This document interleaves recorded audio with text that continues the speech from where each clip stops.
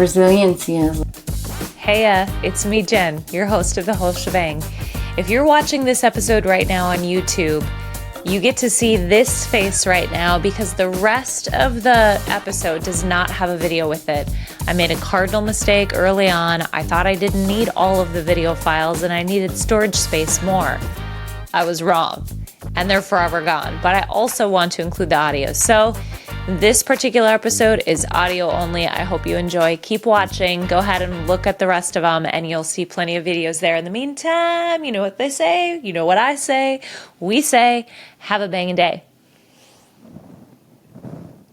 Like, am I living a life that if I have a setback, it doesn't just knock me out? Like, I'll heal and I'll move forward and I'll get past where I've ever been before.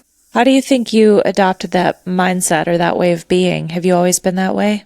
I think for so long I was a driven person, just driving forcefully through, and then I'd have these burnout windows where I'd just crash. And I was proud of that. Like, I can just go so hard. And so no, I don't think I was always this way. I think then I realized, like, running and burning so hard and then burning out isn't going to lead me to not ever want to move forward. So what can I do that's sustainable and resilient? And if I do have a setback, I'm not out and not wanting to move forward. So no, I have not always been this way because I've just been extremely driven until I crash and burn. Welcome to The Whole Shebang. I'm Jen Briggs, your host. Let me tell you what you're in for here. Many of us have been running at breakneck speed, functioning mostly in our heads, and we've suffered from disconnection, burnout, and lost passions. I believe it's because we functioned in part and not in whole. So we're exploring a new path, embracing intuition, creativity, playfulness, and connection in all of life. It's vibrant, powerful, and magnetic. So come on with me and buckle up, buttercups. We're diving in. Our guest today, Ryan Hvizda, is one that I feel like, this is like a manifestation moment in real life for me. When the podcast was just even a seed of a thought before it was a real thought, and I was studying the masculine feminine dynamics and trying to figure out how I could bring in more of that feminine, creative, playful, vulnerable, connected way of being into my work, into my leadership. I saw Ryan on stage in front of 15,000 entrepreneurial business owners, real estate investors, and heard her tell her story of how she basically hit a wall in her health and her finances and in her business, and how she deconstructed all of that and rebuilt it all with a sense of all of those things: connectedness, play, peeling back the layers, doing the inner work. And I looked at her up on that stage and thought, that's it. She's doing it. She's doing all the things I'm talking about. And I wrote her name down on a list of people that I wanted to connect with and would love to have a conversation with. And that must have been, I don't know, 3 years ago. And here we are. The episode is today. So let me tell you just a little bit about her and what you're going to learn and hear today. I think you'll be so encouraged. Her aim and her mission and her team now is to build lasting relationships with her clients, to help them to build wealth through their real estate, and have a team that has a healthy culture that is focused on connection and play, but that also has a lot of grit to get the hard work done in their business. She shares about how play is one of the main ways that she's healed in her life, about how fear is really just trying to control the uncontrollable, and how she faced her greatest fear at the time, which was the ocean, and is now a badass surfer, might I add.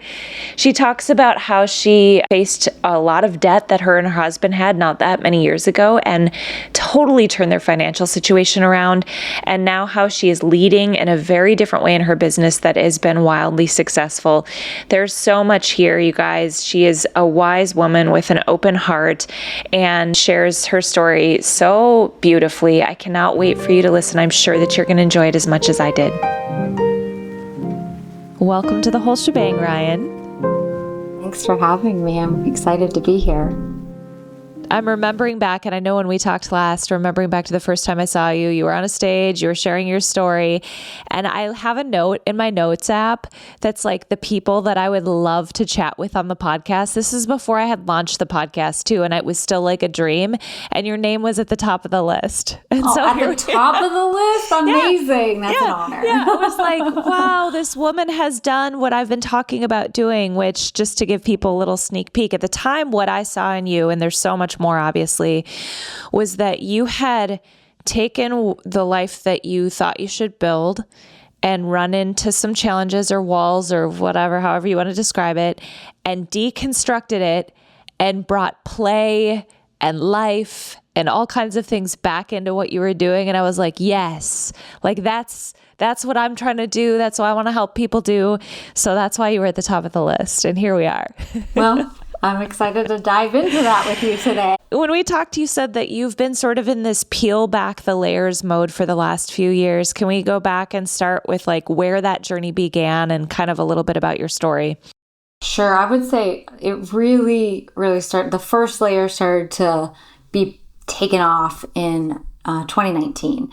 And I was essentially a workaholic, working a lot in my real estate business. I had pretty much running on ego and drive, and I had an org chart where I was the center of it and everybody reported to me, which meant that I was micromanaging and controlling everything, and I was just burnt out. So I had this moment where I said to my husband, I need to go be in a place without speaking to anybody for a considerable amount of time. So I found a silent meditation retreat and I went for a week, and I came out of that with this new sense of like this idea of who I could be when I wasn't so stressed. And that if I was going to continue in this business, I needed to do it right, which meant create something that I wasn't the keystone. Like if I was gone, it would still run and it would run better without me. So since then, that's really this question that there's a couple questions that in terms of building my business that I've been trying to answer is like, how do I find the who's that will help me get to the next level so that it's not about me? And then can I build something that's not about me? And then can I also empower others to, be a part of something that we can grow something together? So that on the business wise. And then I just started really understanding that this idea like tension is who you think you are, but relaxation is actually who you really are. And how can I keep getting closer and closer to that like rested, relaxed, playful Ryan and not the stressed out, like very intense, sometimes angry and rude Ryan. Yeah. I mean, eventually I'll have these up on YouTube and people can see what we're doing. But this whole time I'm just like, yes, that I wrote it down. Tension is who you think you are. And then the second half, relaxation is who you really are. Oh my gosh. Okay. So there's this whole period of time between that silent retreat until you've gotten here to this sort of place of discovery. Can we go through some of those layers that you peeled back? What were the challenges you faced? What did you have to sort of start unraveling? So I knew that I started to realize like I must be hiding from something. Like there's always been something in my life that I've been able to put in place to avoid myself. And I did an Enneagram and I came in as like an 8. I'm not fluent in that Enneagram, but it basically said I was fueled by anger. And also at the same time, so I went to the silent meditation retreat. And right after that, I started Sam Harris's has a waking up app, and he has like a 28-day intro to meditation. So I had done the Enneagram and then said, you're fueled by anger. And I started to be like, oh, that's interesting. Like, and reflecting on how I was operating from, a child to then how I was angry. And then I did this meditation with Sam Harris where he was like, now think about something, get very angry and feel where it is in your body. And I had this moment during that meditation where I was like, I feel that in my body all the time.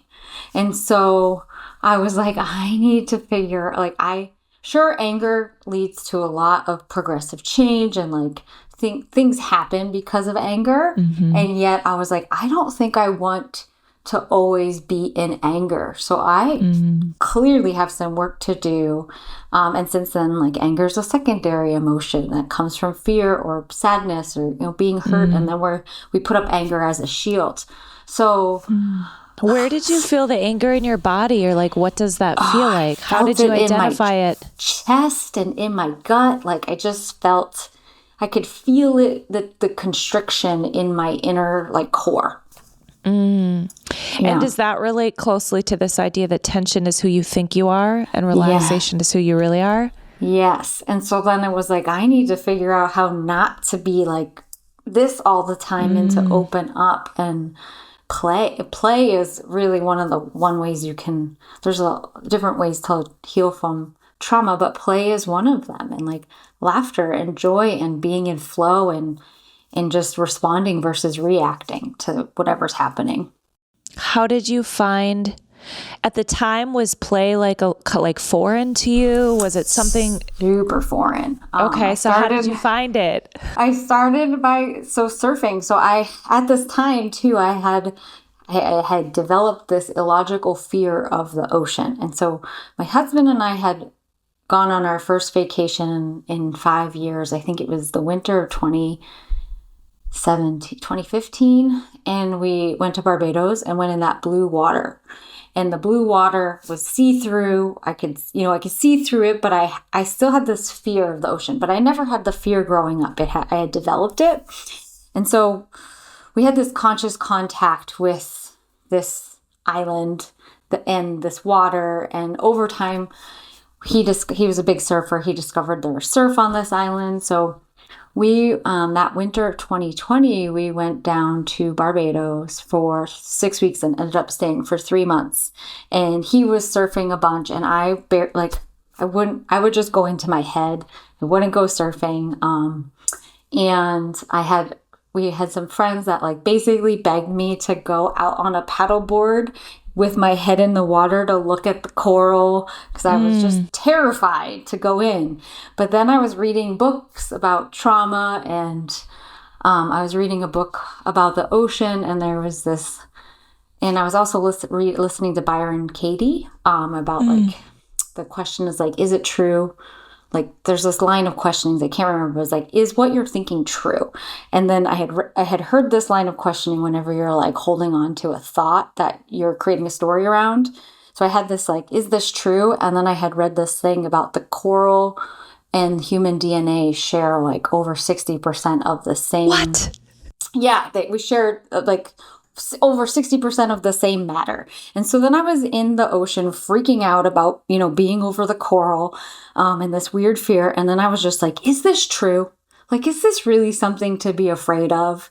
And then I was like, no, it's not. And then I was like, what happens if like, maybe you were feeling fear, but you were actually feeling grief, or you were feeling something else, and maybe the ocean actually needs you to participate versus being afraid. And so I just went through this whole thing. And so then I was like, okay, like, I don't need to be afraid of the ocean in the way that I'm afraid of the ocean. Like, this is a trauma thing. And so I took my first surf lesson, and I was angry as a surfer in the beginning. Like, one, I wasn't fit in the way that you need to. And then I was like, the way I responded towards the challenges of it was just like very angry. And I was like, here we are at that anger. And so, but I was like, actually, this is a teacher and I need to be a beginner. And I think through this, I'm going to like let go of a lot of the things that are getting in the way of this relaxation. And so I really became a student of surfing, which then led to just play and being with my friends that were surfing, and the joy you get when you actually can catch the wave. And then as it progresses, you like ride the wave, and then that flow. And you, like, I just progressed in this last year to not only are you like getting on the wave, but then you're like interacting with the wave and just that feeling. And so the play of that, and then realizing I want to be around people that are seeking out that as well. And because of that community, not just in surfing, but people that are really just looking for that joy, that flow state, like they're in state of relaxation. Oh my gosh, Ryan. I don't know. I just like, there's so much of what you said that is just like resonating with me in my body. And it is wild. It is so amazing. So I want to come back to a couple things that you said. And I'm just curious if you've uncovered more with this. This is just a genuine curiosity with me. So you had this fear with the water. You have some knowing that you're made up of the same stuff that the coral is made up with. You just talked about interacting with the wave. Like, is there this sense of oneness? And then the second thread is that you started asking the question, what if this wasn't fear? What if it was grief? And I'm curious about that. Did you discover it to be grief, and grief of what? And like, what was there? Multiple kind of levels of grief. Like I had learned about earth grief, and I definitely have a level of earth grief. Like when I go into a landscape and I see, and this is one of the reasons why I got into real estate, because I realized it was the built environment, and that was a place where you could make change, lasting change in a positive way. But when I go into a landscape, I see the layers of the human engagement, and a lot of times it's extractive and it's leaving it worse off than it was without the human relationship. And so I walk on a beach and I see it filled with plastic, and I get depressed. And I go through the West and I see swaths of, hundreds of thousands of acres of dying trees, or, I carry a lot of, stress around that, but then also grief around, relationships with my parents, and how that's all come to be in its current manifestation, and so that's a little bit more involved, but I haven't spoken to my dad in over 5 years, so like the grief of the loss of that relationship, and then just like there's a lot of grief there, and I've been I didn't know that. I think I was just angry for so long. And then I realized that there was grief and there was sadness and there was healing to do. So in your life now, when you see fear, or if you were talking to somebody that had fear, what would you say to them regarding fear? Oh, I mean, it depends on my comfort level with them and how well, let's pretend you could say anything. Yeah, let's just say you're anything. say you're talking to everybody who has some kind of fear. What do you know to be true about fear? Well, first I would really just want to dig deep and kind of understand it a little bit more. So go, 3-4 deep on understanding that fear. But there's this question, is it the truth or your truth? And is this a story that you're telling about something that you can't control? Or is it actually real and it's, something you can do about? Because I think a lot of times fear comes from trying to control the uncontrollable. And we're only just projecting one possible outcome in a world where at any moment we have infinite amount of outcomes. So I think this was the conversation I would get into with that person, and also layer in some questions and try to understand them a bit more. Yeah. You said this, I think, last time we chatted around fear, and it seems to me to be what you've done is that you've also used fear as like I don't know if I want to call it a compass, or like if there's fear here, then there's more there. Is that right? For sure. When I'm feeling like I'm focusing on what I can't control, or I'm creating a story about something that then's making me anxious, then I'm digging in there. Like right now, I'm in the middle of a 12-week session on hypno breath work, because I was still feeling like, I'm like, I've done all this work, and yet I still am reacting in situations in a way that I'm like, I would love not to react that way. I would love to rather be able to pause, sit with it and respond. Like I really just, my goal in life is to be responsive and not reactive. And like through that, I'm realizing like I didn't realize it, but in my subconscious, I desire to always feel safe. And so much of my reactive behavior comes out of not feeling safe and assuming that I'm unsafe. And I didn't even realize that that was happening until we started to uncover it through these sessions. And now I'm like, wow, like when I'm getting in this place of like being tight and angry or stressed and like lashing out, like my poor husband, like I will get defensive with him. It's usually because I was feeling like, oh, I had I'm mistaking whatever's happening as if I'm not safe. Mm. Thank you for sharing all of this.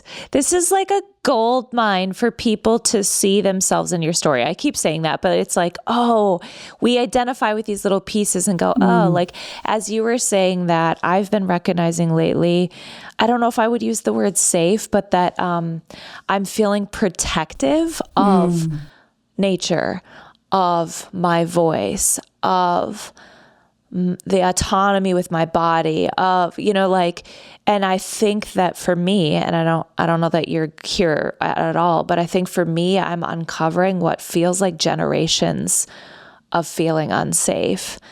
And so the reaction for me sometimes comes from a like, oh, don't you dare touch this. Like, just like, don't you dare take away my ability to speak my truth. Or, where now that I'm finding more and more of that, especially through this podcast, a little bit of that protectiveness is kind of eking up more and causing me to be more reactive because, and I think beneath the protectiveness is probably that I don't totally feel safe. Yeah. Yeah. Which is wild. I would have probably said, yeah, I'm being protective or I'm being kind of righteous. Like there's the anger, like I'm going to fight for it. And then I'm like, yeah, what happens if we don't fight and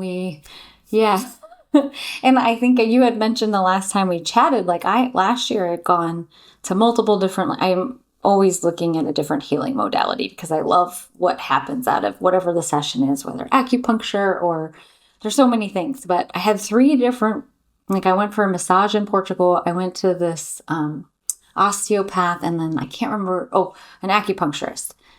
And all 3 of them made a comment about how I had a closed throat chakra. And I was like, what does this even mean? And now I'm realizing I think it's around the safety idea. Like I don't feel safe to express in certain places, or I just need to trust my voice and be okay with the outcome of what happens when I speak my truth.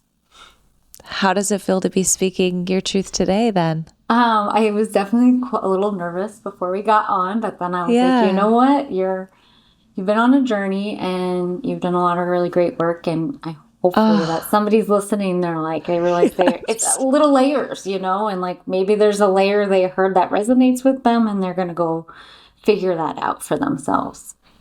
That's so beautiful. Yeah, that was one of your posts. Like, so I had you on the top of my list and I didn't forget about you, but like you weren't at the top of my mind. And then you popped into my Instagram feed one day. And I've really been working on following the flow and following the intuition. I'm like, this woman has no idea who I am. But the post that I saw was about you using your voice. It was one that you had shared about like that it was time. And so I was like, well, I'm going to ask her if she'd like to use her. Well, thank you. Thank you. Let's talk about some of the challenges that you faced along this journey of yours. I think one of the challenges definitely health. So I read that book, The Body Keeps the Score, and I've had a lot of health challenges for a long time. But then that's when I was part of that healing journey of like, my body is holding on to things. And so much of digestion, and I had Lyme disease really bad. I'm very sensitive to mold. And now like when you start to go into understanding trauma, like a lot of people that have like get really affected by Lyme or mold or have a lot of digestive issues or just neurodivergent or issues, there's like all trauma, like a lot of trauma and a lacking of deep nutrition. To then heal from it. So I think that's been one challenge. How did you heal from that, or how are you healing from that? I feel like I'm still always on a path. I'm way better now. But like in 2014, when I was really sick with Lyme, my memory was pretty much shot. Like I was having a really hard time speaking. My word recall was just kind of gone. Like talking was challenging. I had this crazy, like eczema rash all over my hands. I couldn't use my hands, and I was just like a zombie, for years. And so that was super challenging. And then I've since then learned I'm very sensitive to mold, and the mold can, if I go into a space that has mold, I'll get eczema and fatigue and just feel sick, and I'll need to like flush. I'm on like I go to acupuncture, I go to chiropractic, I eat a very clean diet. I've given up. I used to, before I was using work, I was definitely using alcohol. I was using marijuana to like self-medicate, but now I'm like, I just have to heal and move towards more relaxation and just take care of myself at a really high level. So that's been a challenge. Yeah. That's your health is your first wealth. And so then now that I feel quite fit and I do a lot of great work for myself, I think the challenge of leadership and leading others. And so up until that 2020 time, the silent meditation retreat, sure, I was like building this like business, but it was still all around me. And I had a churning and burning through people. And, I got a coach that just said, what do you need to do to grow as a leader? And a leader, like your business only grows to the extent that you do. And I just really plugged into that and being like, well, if I'm not healthy, if I don't feel good in my body, if I'm not putting my play and rest as a priority and the family and friends as a priority, then who's going to want to follow me? Nobody wants to follow somebody that's just working 80 hours a week and is stressed out and angry. And so I really just like worked on growing as a human and then as a leader. And it's been cool because I have had people in my life, in my business from before 2020 and then right around 2020 and have been with me for the last 4 years. And they're just like, you're a different person. Like you're a different person from when I first started here to where you are now. Like it's been really cool to see you grow and change. And so, but that's also come with its challenges. Gosh. Yeah. So let's dive into this a little bit. So I'm curious.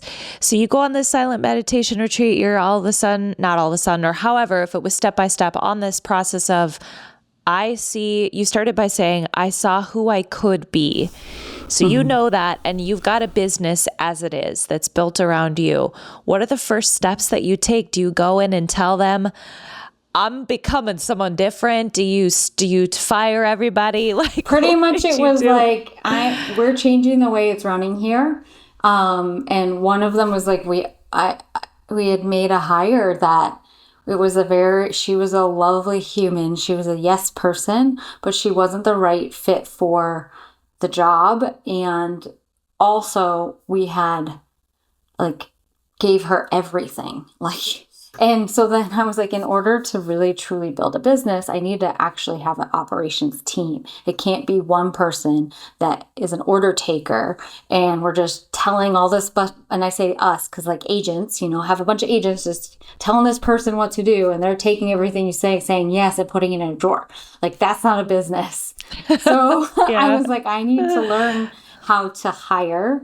And then I hire and earn the right to have not just one person, but multiple people, because at this point, the amount of work that needs to be done cannot be done by one person. And I need a talented systems person, and then I need different specializations. So I spent 2020, I changed my coach, and I have my coach hold me accountable to the hiring process. And then when I made my talent hire, who is now my director of operations, I hired somebody to train her and then her own coach, because I had the self-awareness at this point that I cannot train an operations person, even though I think I can, because I did that for the last however many years and it kept failing. So go get the people that are doing it at a high level and then hold this person hold them to those standards and get them trained by somebody that's already done this role at that level.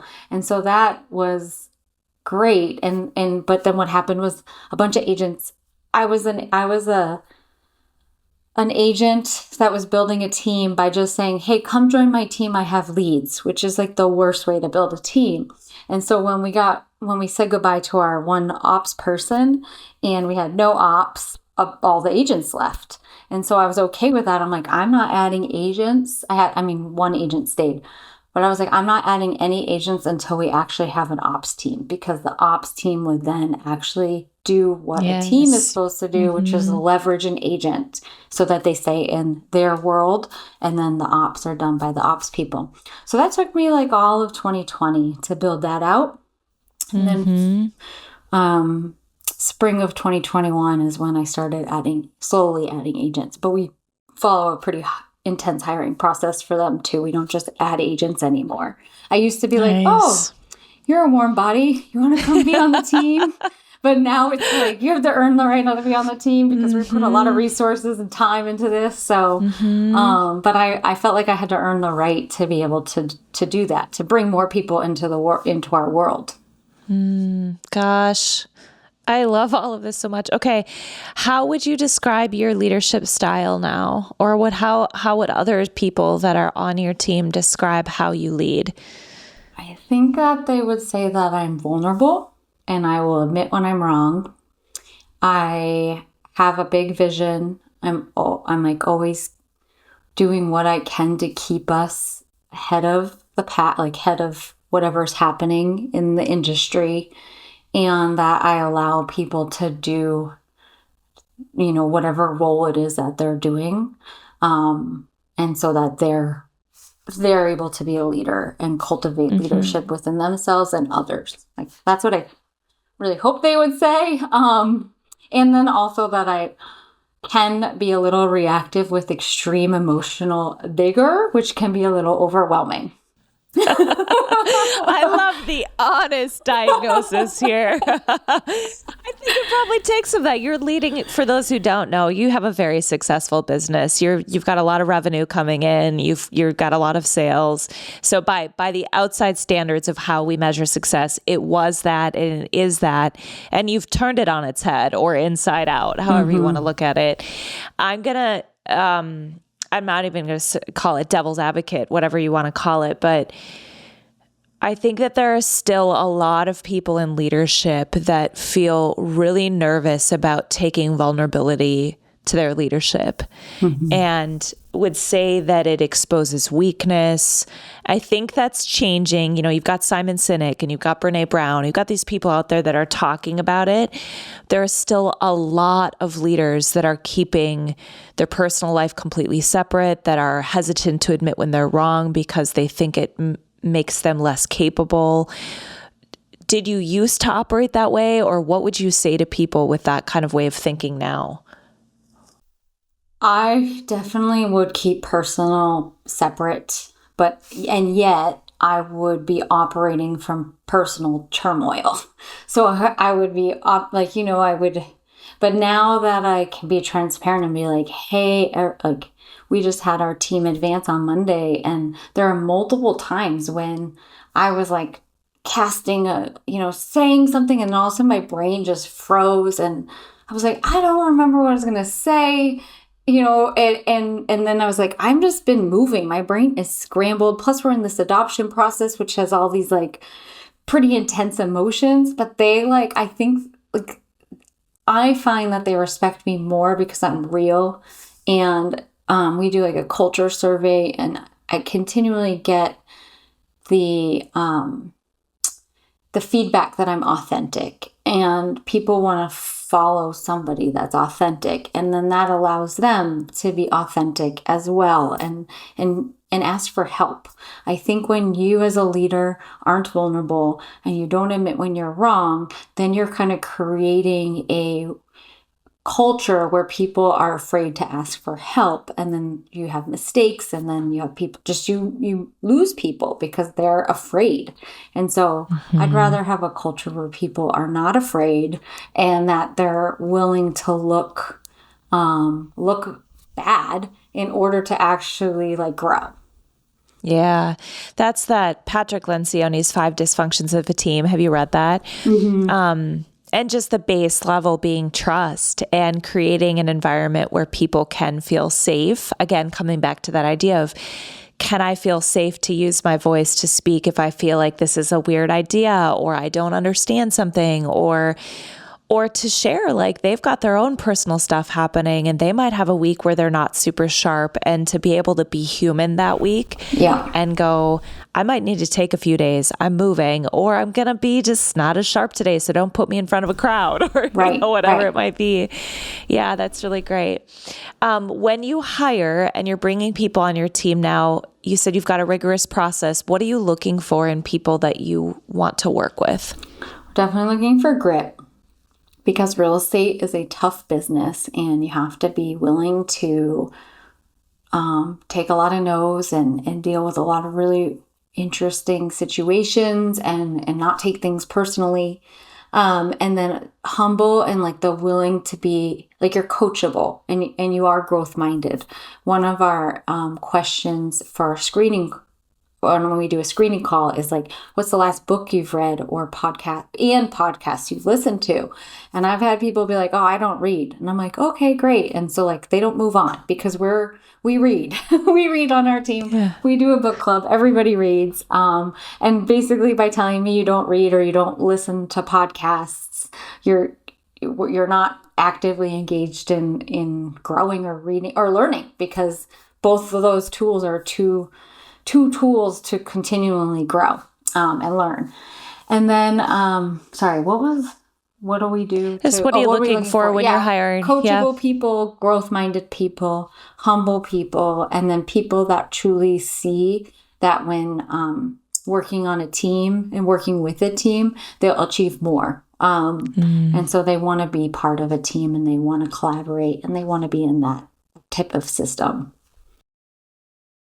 Congratulations on that. Is a lot of work. It's a lot of inner work. It's a lot of external work to tear down your business and rebuild it.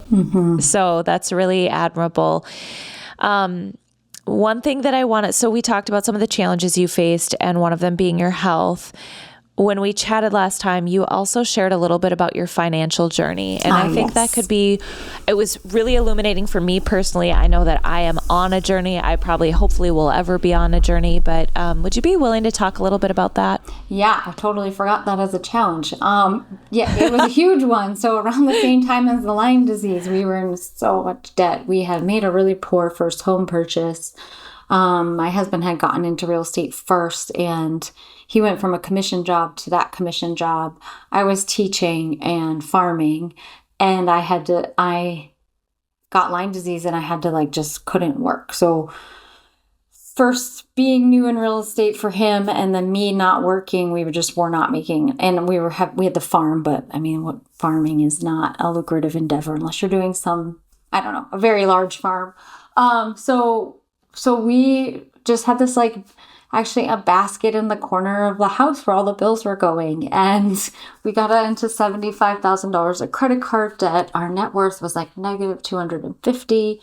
And so we ended up getting out of our house situation at the time, and he had gotten me into real estate, and I went kicking and screaming into real estate. I thought it was something other than it was. And then when I realized it was a platform for all my visions of how the world could be a better place, I got hooked. And so we were just grinding it out in real estate to get out of this big debt. And through that, learned about the snowball effect, paying off the highest interest or the smallest debt first. A family member had given us a $10,000 loan at a 10% interest rate. And in 2014, that was a high interest rate. Yeah. Now 10% seems pretty normal, I guess, because 7.5 is a normal rate. But so we were just really stretched. And then we were able to sell our house at a profit, and we had a bunch of closings in 1 month that we were able to wipe out the credit card debt. But then we had this IRS debt for up until 2017.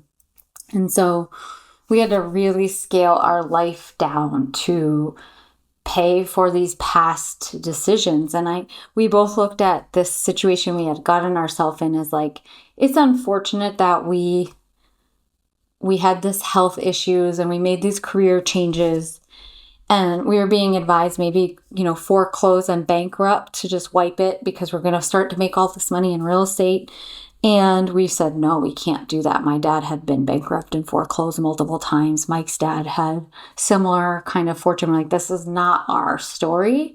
And for me, from like a authentic place, like I can't advise people in their greatest asset transfer if I just wipe out all this debt. Whether or not I was we were victims or whatever, we still made choices that got us here. So we have to do whatever we need to do to get out of that situation.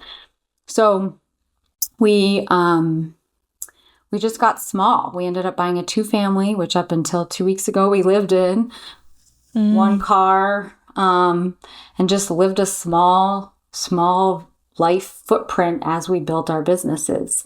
And then our extra income, which I think a lot of people might have upped their lifestyle, we just started buying investment properties so that we could offset our mortgage by our tenants' income. And so that's another reason why we've been able to live in Barbados in the winters, because we leveraged our real estate to null out our living expenses. So yeah, and we've just made wealth and educating ourselves on finance and money, and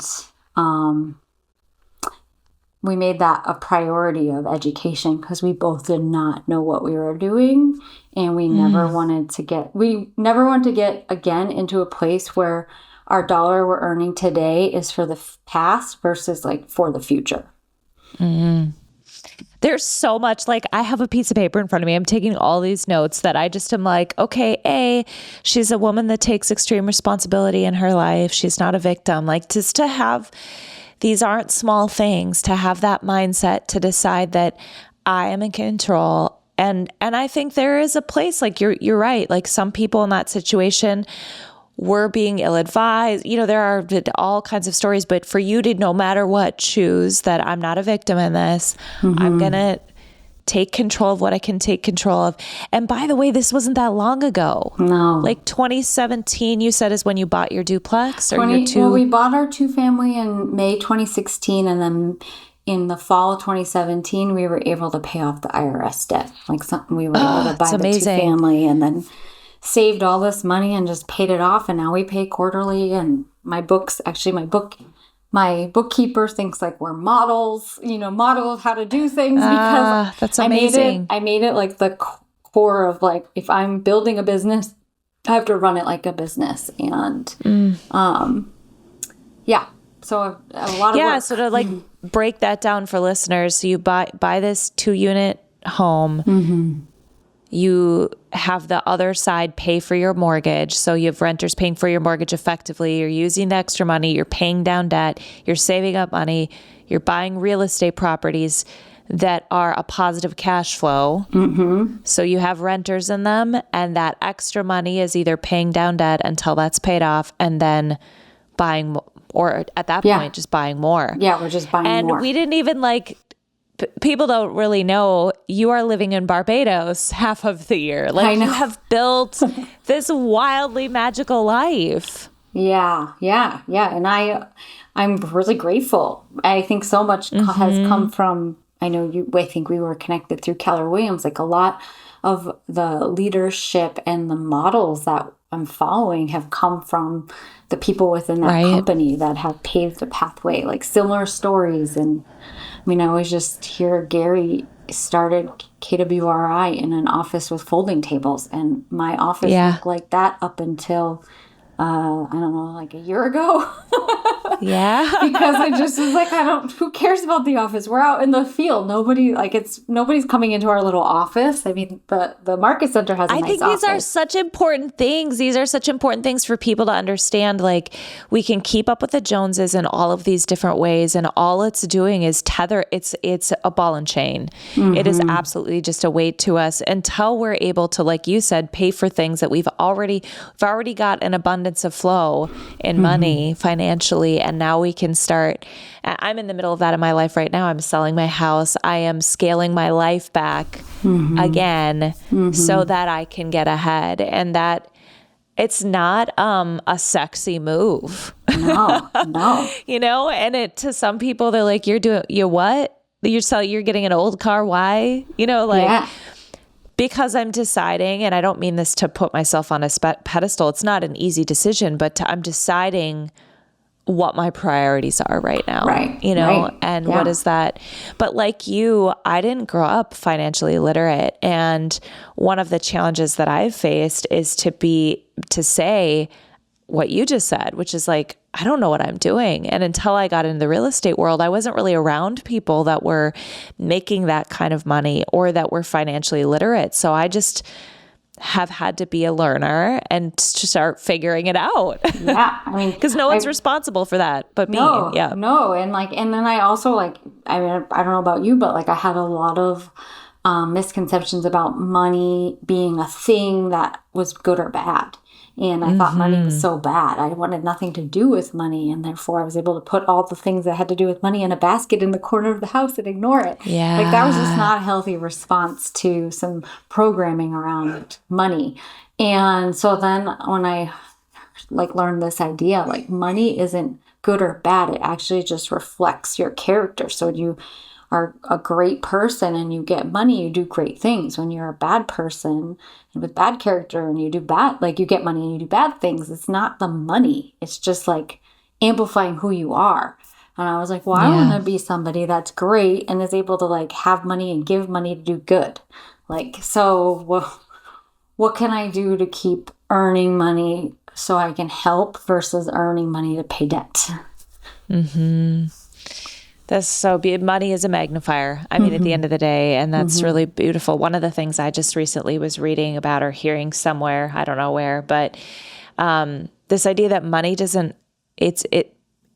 it's not good or bad, there's another aspect of money that I've felt sort of subconsciously probably, that money has power. But to know that money inherently doesn't have power over, and I don't need to have power over it. And coming back to kind of this idea of being open, okay, what if I don't have constriction and tension around money? Just the way I don't need to have constriction and tension around love or anger or anything.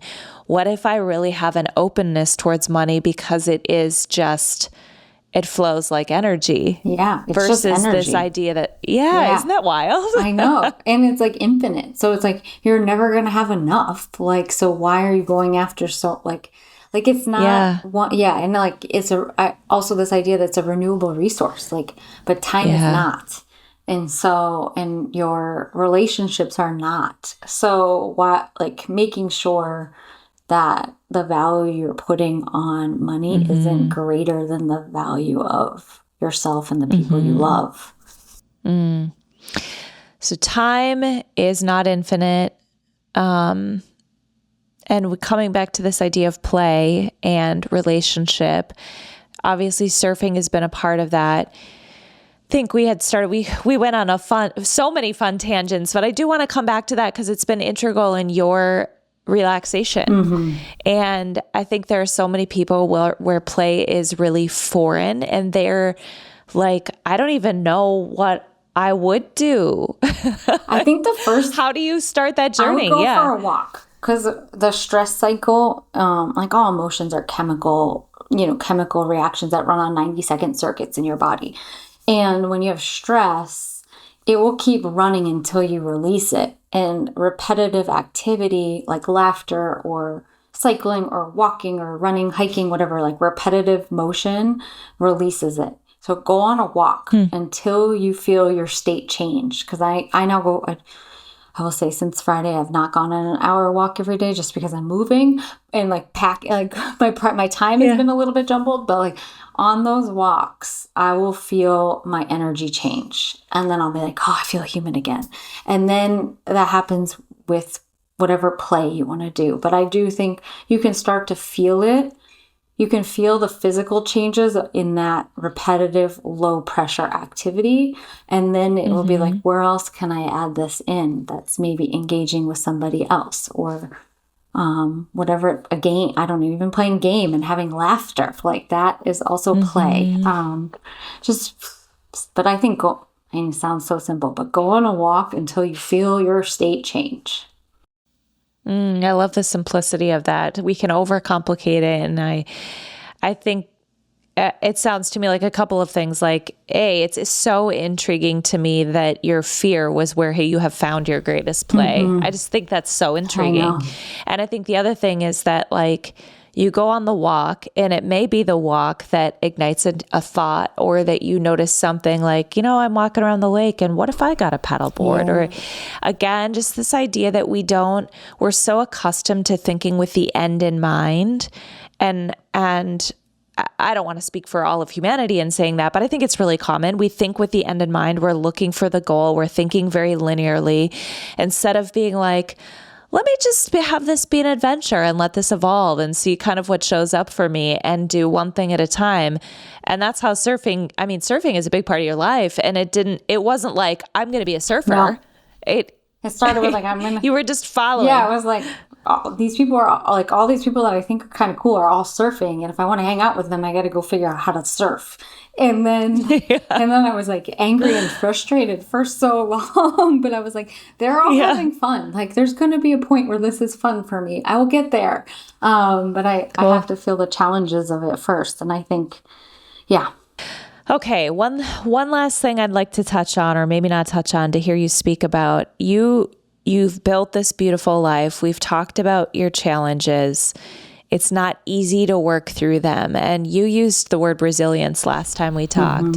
And I'd just love to hear you speak about what resilience means to you. If you could speak to that a little bit. There's like a resilience is like when you have a setback, you still can bounce back up and maybe even bounce further than where you fell. But I think if you're not resilient, you fall and you break and you give up. And so for me resiliency is like, am I living a life that if I have a setback, it doesn't just knock me out. Like I'll heal and I'll move forward and I'll get past where I've ever been before. How do you think you adopted that mindset or that way of being? Have you always been that way? I don't know I think so. Yeah, in various ways. I think for so long I was just like, I was a driven person, just driving forcefully through, and then I'd have these burnout windows where I'd just crash, and I thought that was really like, I was proud of that. Like, I can just go so hard, and so no, I don't think I was always this way. I think then I realized like, running and burning so hard and then burning out isn't going to lead me to not ever want to move forward. So what can I do that I'm like like a burn that's sustainable and resilient? And if I do have a setback, I'm not out and not wanting to move forward. So no, I have not always been this way because I've just been extremely driven until I crash and burn. And so bringing in all the components we've talked about, the inner healing, the fitness, the play, that has what's allowed you. Is that like a summary of that's what's allowed you to have a slow, sustainable burn? Sure, yes. And prioritizing self-care. Like I put it on my calendar. I don't let anything get in the way. And that's what actually, I would say another thing that people on my team will say is that Ryan is always putting emphasis that I take my personal life and my family and my whatever it is that brings me joy, I make it a priority, because I think in our business it's so easy to say yes to everybody else and then all of a sudden you're burnt out. So I just think it's really important that we put ourselves first. Put your oxygen mask on. And there's this idea in permaculture, like zone 0. You design for zone 0, which is what you're going to, and that's you. And then zone 1 is like what you're touching all the time. But like if you're not whole, if you're not healthy, like nothing else matters. That's so good. Okay, I want to end with a few rapid fire questions. And I did this on my last episode. I just love these questions. I'm going to give the disclaimer. I got them from an Oprah podcast. This is not my idea. Okay, so you could just finish these sentences. I believe. I believe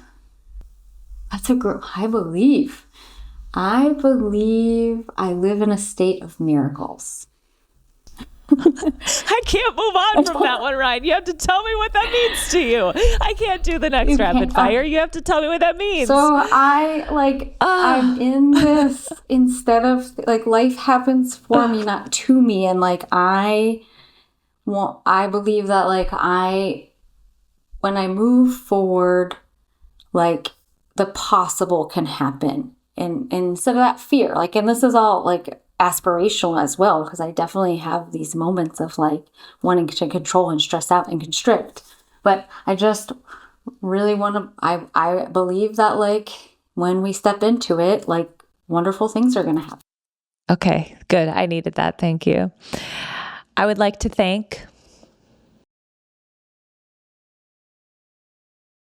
cheerleader support system. And I don't think I'd be able to do all the healing that I've done without his like belief in me. The world needs more love and compassion. Yeah. And kindness. I feel that. Thank you for being an example of that. Thank you for using your voice and being open today and sharing your heart. It is such a gift. Thanks for giving me a space to do so and feel safe to do so. All right. Cheers. Thank you. Hey, you. Yes, you. Thank you for tuning in today. I hope this episode is supporting you on your path to becoming the strongest, shiniest version of you. My goal and hope is to continue helping people through this podcast. So if you've enjoyed this episode or taken anything that's helped you out, the best thank you would be to join me in moving this forward by doing 2 simple things. If you haven't already, following the podcast is very helpful. Also, apparently the algorithms really like reviews. If you can take a minute to leave a review, artificial intelligence would love it, and I would be so grateful. Feel free, of course, to share an episode with someone who you think may need to hear what you heard today. Thanks again, everyone. I genuinely appreciate you, and I'm so thankful to be building a community like this together here. I'll catch you later. In the meantime, have a bangin' day.